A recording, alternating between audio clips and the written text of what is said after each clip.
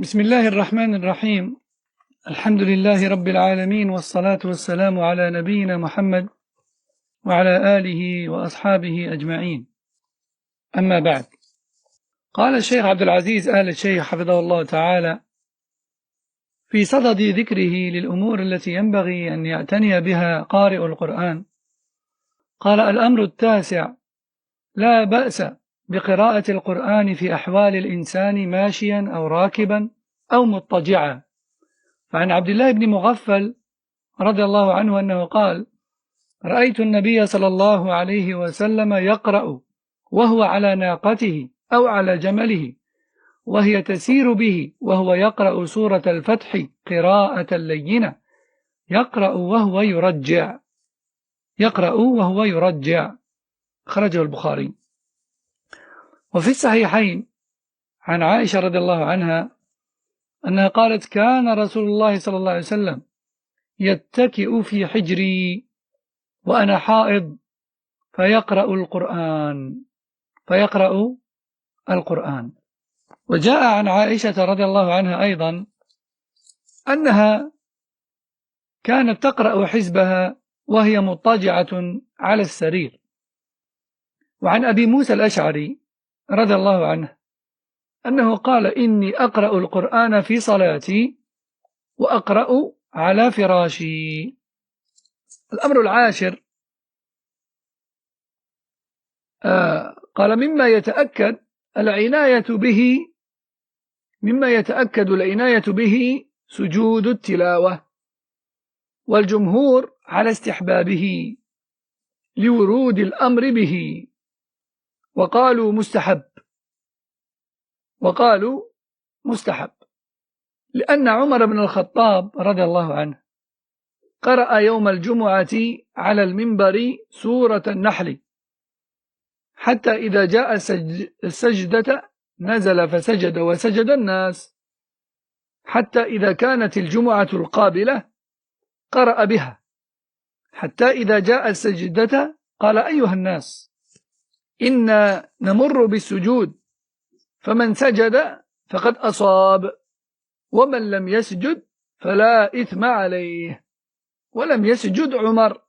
أخرجه البخاري. ويشرع هذا السجود للقارئ والمستمع. Cheikh Abdelaziz al-Sheikh Hafidahullah Ta'ala dit: la 9e chose qui incombe à celui et celle qui lit le Coran,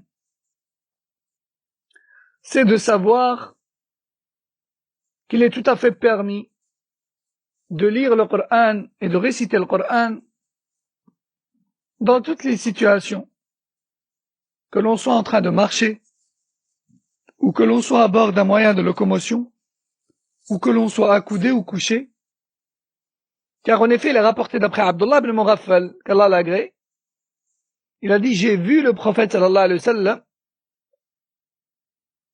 sur sa chamelle qui avançait, alors que lui récitait Surat al-Fath lentement et doucement,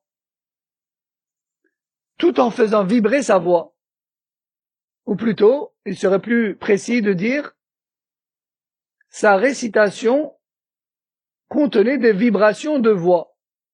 Car bien sûr, entre parenthèses, certains savants disent que c'est la chamelle, c'est les mouvements de la chamelle qui ont causé ces vibrations dans la récitation, et d'autres disent non, c'était volontaire. Wallahu a'lam.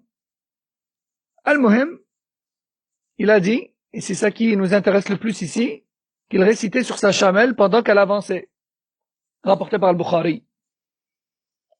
Aussi, il est rapporté chez le Bukhari et Muslim, d'après Aïcha qu'Allah l'agrée, elle dit: le messager d'Allah sallallahu alayhi wa sallam avait pour habitude de se coucher et de se poser sur mes genoux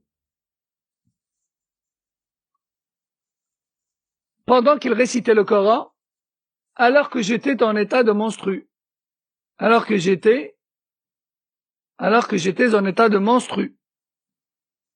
Donc on voit que le prophète sallam se couchait et posait sa tête sur le genou de son épouse radhiyallahu anha, malgré le fait qu'elle avait ses menstrues, il récitait le Coran. Il lui s'est rapporté que Aïcha, qu'Allah l'agrée, avait pour habitude de réciter sa partie du Coran du jour, tout en étant accoudé sur sa couche. Aussi, il est rapporté qu'Abu Moussa al-Ash'ari, qu'Allah l'agrée, qui est un des nobles compagnons connus pour sa maîtrise du Coran et sa belle récitation, il a dit, radiyallahu anhu, je récite le Coran dans la prière, mais également couché dans mon lit. Donc ça, c'est la 9e chose à savoir. C'est qu'il t'est permis de réciter le Coran debout, assis, couché, accoudé, en route, sans problème. 10e point, 10e chose, c'est de savoir qu'il t'est recommandé, selon l'avis majoritaire, de te prosterner lorsque tu arrives à un verset de prosternation.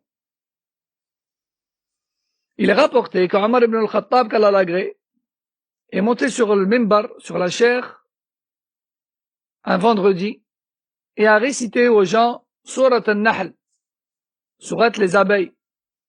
Et lorsqu'il est arrivé au verset de prosternation, il est descendu du mimbar et s'est prosterné. Et les gens ont fait la même chose que lui. Les gens ont fait de même. Puis, la Jumu'ah d'après, il a de nouveau récité Surat les abeilles.